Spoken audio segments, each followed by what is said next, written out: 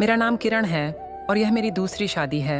मेरी पहली शादी के कुछ ही दिनों बाद मेरे पहले पति की एक बस दुर्घटना में मृत्यु हो गई थी। उस समय मेरी उम्र बहुत कम थी, केवल 22 साल की थी और मैं विधवा हो गई थी।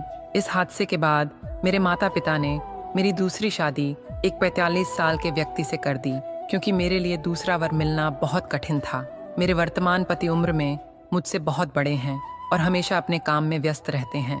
जब वह घर आते हैं तो अक्सर खांसी का बहाना करके जल्दी सो जाते हैं। उनके साथ होते हुए भी मुझे वह खुशी और स्नेह नहीं मिल पाता था जिसकी मैं हकदार थी। मैं रात भर प्यार के लिए तरसती रहती थी, लेकिन मेरे पति मेरे प्रति उस भावनात्मक और शारीरिक निकटता को नहीं जगा पा रहे थे जिसकी मुझे ज़रूरत थी। भले ही मेरे पास पैसों की कोई कमी नहीं थी और हमारे घर में हर सुख सुविधा उपलब्ध थी, पर मेरे लिए पति का प्यार सबसे अहम था। हर औरत की तरह मुझे भी अपने पति से प्यार और स्नेह की चाह थी। मेरा दिन आराम से बीतता था, क्योंकि घर का काम करने के लिए एक नौकर था जिसे मेरे पति ने रखा हुआ था। एक दिन हमारे नौकर महेंद्र जी बीमार पड़ गए तो उन्होंने अपने बेटे अरविंद को कुछ दिनों के लिए काम पर भेज दिया। अगले ही दिन अरविंद हमारे घर आया। जब मैंने पहली बार उसे देखा तो मैं उसे देखकर स्तब्ध रह गई। वह इतना आकर्षक और खूबसूरत था कि मुझे यकीन नहीं हो रहा था कि वह एक नौकर का बेटा है। उसकी मजबूत काया, गोरा रंग और नीली आंखें देखकर ऐसा लग रहा था जैसे वह किसी फिल्मी हीरो से कम नहीं हो। मैंने उसे देखते ही मन सोचा कि यह युवक किसी राजा का बेटा लगता है। अरविंद ने मुझसे परिचय करते हुए कहा, मैं महेंद्र जी का बेटा अरविंद हूँ। पिताजी की तबीयत खराब है, इसलिए उन्होंने मुझे यहाँ आपके लिए काम करने भेजा है। मैं कुछ दिनों तक यहाँ रहकर काम करूँगा और आपको कोई शिकायत का मौका नहीं दूंगा। मैंने उसे घर के अंदर आने को कहा और खुद जाकर सोफे पर बैठ गई। फिर मैंने उससे पूछा, तुम्हारा नाम क्या है और क्या तुमने पहले कहीं काम किया है? क्या तुम्हें घर के कामों का अनुभव है? उसने कहा, मालकिन, मैंने अभी अभी आपको अपना नाम बताया कि मेरा नाम अरविंद है और मैं हर काम अच्छे से करता हूँ। आपको मुझसे कोई शिकायत नहीं होगी। अब मेरी नज़रें उस पर थीं। मैं मुस्कुराई और हंसते हुए बोली, घर के काम करना तो ठीक है, लेकिन क्या तुम अपने मालिक या मालकिन को खुश कर सकते हो? क्या तुम मेरी हर बात मानोगे और मेरी इच्छाएं पूरी करोगे? अरविंद थोड़ा हिचकिचाया, लेकिन बोला, मालकिन, मैं अपना काम पूरी ईमानदारी से करूँगा और आपको खुश करने की पूरी कोशिश करूँगा। उसके बाद मैंने उसे उसका काम समझाया और वह मन लगाकर काम करने लगा। लेकिन अब मेरी नज़रें अक्सर उस पर टिकी रहती थीं जब वह काम करता था। मैं सोफे पर बैठकर उसे लगातार देखती रहती थी। मुझे नहीं समझ आ रहा था कि मुझे क्या हो गया था, लेकिन जब वह थोड़ी देर के लिए बाहर चला जाता तो मुझे उसकी कमी महसूस होती।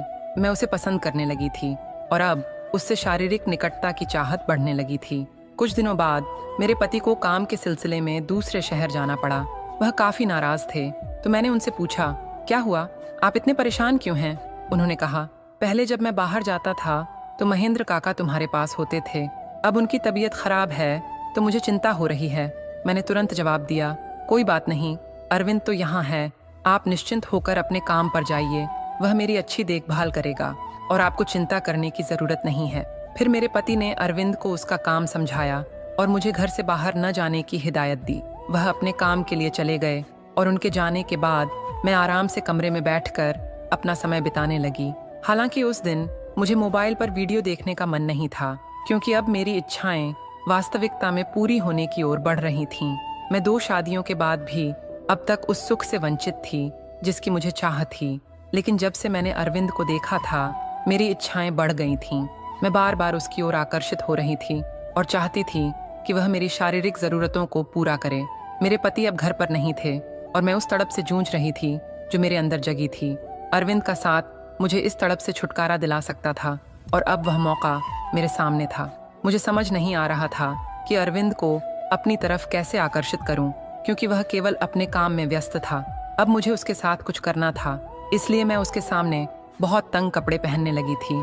कभी कभी तो मैं उसके सामने सिर्फ ब्रा में भी आ जाती थी, लेकिन उसने फिर भी मेरी तरफ ध्यान नहीं दिया। अब मेरी बेचैनी बढ़ती जा रही थी और फिर एक दिन मैंने अरविंद को अपने कमरे में बुलाया और अपने दिल की सारी बातें बताने का फैसला किया। जब मैं उसे कुछ बता रही थी तो उसने मेरी बातें चुपचाप सुनी और फिर कमरे से चला गया। मैं बस उसे देखती रह गई। मुझे समझ नहीं आ रहा था कि अरविंद को कैसे मनाऊं। मैं उस पर ज़बरदस्ती नहीं कर सकती थी। मेरी चाहत थी कि वह अपने दिल से मुझसे प्यार करे, लेकिन ऐसा हो नहीं रहा था। अब मेरा दिल और दिमाग सिर्फ अरविंद के ख्यालों में डूबा रहता था। उसके बिना मुझे कुछ अच्छा नहीं लगता था। मैं किसी भी कीमत पर उसके साथ सब कुछ करना चाहती थी। मैंने कई बार उसे अपनी भावनाएं बताने की कोशिश की, लेकिन उसने मेरी बातों पर ध्यान नहीं दिया और अपने काम में लगा रहा। मुझे समझ नहीं आ रहा था कि उसे अपने करीब कैसे लाऊं। इसी सोच में डूबी थी कि अचानक मेरे दिमाग में एक तरकीब आई। रात का समय था और मैं बिस्तर पर लेटी हुई थी। अचानक एक विचार मेरे मन में आया। मैं उठी और अपने कपड़े बदल लिए। ऊपर सिर्फ एक ब्रा पहन रखी थी और नीचे मैंने ऐसे कपड़े पहने थे जिनसे मेरा शरीर साफ दिख रहा था। फिर मैं धीरे धीरे कमरे से बाहर निकली। मेरा कमरा ऊपरी मंजिल पर था और अरविंद नीचे नौकरों के कमरे में सो रहा था। सीढ़ियों से उतरते वक्त मैंने जानबूझकर खुद को गिरा दिया और जोर से चिल्लाने लगी। मेरी आवाज़ सुनते ही अरविंद तेजी से दौड़ता हुआ आया। मुझे ज़मीन पर गिरा हुआ देखकर वह घबरा गया और बोला, मालकिन, आपको क्या हुआ? आप कैसे गिर गईं? मैंने रोते हुए कहा, मैं पानी पीने के लिए नीचे आ रही थी। तभी अचानक मेरा पैर फिसल गया और मैं सीढ़ियों से गिर पड़ी। अब मुझे बहुत दर्द हो रहा है और मैं उठ नहीं पा रही हूँ। अरविंद ने मुझे सांत्वना देते हुए कहा, मालकिन, आप धीरे धीरे उठने की कोशिश कीजिए। अपना हाथ मेरी कमर पर रखिए, मैं आपको उठने में मदद करूँगा। मैंने जानबूझकर कहा, मुझे बिल्कुल भी हिलने की हिम्मत नहीं हो रही है। ऐसा कहते हुए मैंने फिर से रोने का नाटक किया। अरविंद ने मेरी हालत देखकर मुझे उठाया और मुझे मेरे कमरे में ले जाने लगा। मैंने तंग कपड़े पहने हुए थे जिससे मेरा शरीर अरविंद के शरीर से टकरा रहा था। हर बार जब मेरा शरीर उसके स्पर्श में आता, मुझे ऐसा लगता मानो मुझे एक अद्भुत सुख मिल रहा हो। मैं अंदर से बेहद खुश थी क्योंकि अब मेरी हर इच्छा पूरी होने वाली थी।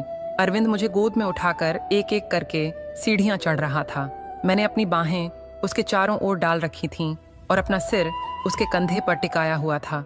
मैं उसे देख रही थी और उसकी ओर देखकर ऐसा लगा कि शायद वह भी मुझे पसंद करने लगा है। वह मुझे कमरे में लाया और बिस्तर पर लिटा दिया, लेकिन जैसे ही वह मुझसे दूर जाने लगा, मैं घबरा गई। मैंने जल्दी से उसका शर्ट पकड़ा और उसे अपनी ओर खींचते हुए कहा, अरविंद, मुझे छोड़कर मत जाओ। मैं तुम्हारे बिना नहीं रह सकती। तुझसे दूर होने पर मुझे बहुत तकलीफ होती है। क्या तुझे मेरी पीड़ा दिखाई नहीं देती? इस बार अरविंद ने मेरी बातों पर ध्यान नहीं दिया। वह बस इतना बोला, मालकिन, आप आराम कीजिए, मैं अभी डॉक्टर को बुलाता हूँ। और फिर वह कमरे से बाहर चला गया। करीब 2 घंटे बाद अरविंद वापस आया और उसके साथ एक महिला डॉक्टर भी थी। डॉक्टर ने मुझे चेक किया और बोली, आपको बस थोड़ा दर्द है, बाकी सब ठीक है। मैं आपको 3 दिन की दवाइयाँ दे रही हूँ, इन्हें लेकर आराम करें। कुछ ही दिनों में आप ठीक हो जाएंगी। डॉक्टर के जाने के बाद मैंने अरविंद से पूछा, ये डॉक्टर लड़की कौन है? अरविंद ने बताया, मालकिन, ये मेरी पत्नी है और आपकी देखभाल करेगी। आपको किसी भी प्रकार की चिंता करने की जरूरत नहीं है। अरविंद ने अपनी पत्नी से कहा, मालकिन की अच्छी तरह से देखभाल करना, उन्हें चलने में तकलीफ है, बाथरूम जाने में उनकी मदद करना और हर काम का ध्यान रखना। मैं यह सब सुनकर आश्चर्य में थी। फिर अरविंद मुझे बताने लगा, मालकिन, इस घर में ना तो मालिक हैं और ना ही कोई और महिला जो आपकी देखभाल कर सके। इसलिए मैंने अपनी पत्नी को यहाँ बुला लिया। वह आपकी अच्छी तरह से देखभाल करेगी। इसके बाद अरविंद ने अपनी पत्नी से कहा, मेरे लिए गर्म पानी तैयार करो। जब उसकी पत्नी चली गई तो अरविंद ने मुझसे कहा, मालकिन, हम गरीब लोग हैं, लेकिन हमें अपनी सीमाओं में कैसे रहना है यह अच्छे से पता है। मैं एक शादीशुदा आदमी हूँ और अपनी पत्नी को धोखा नहीं दे सकता।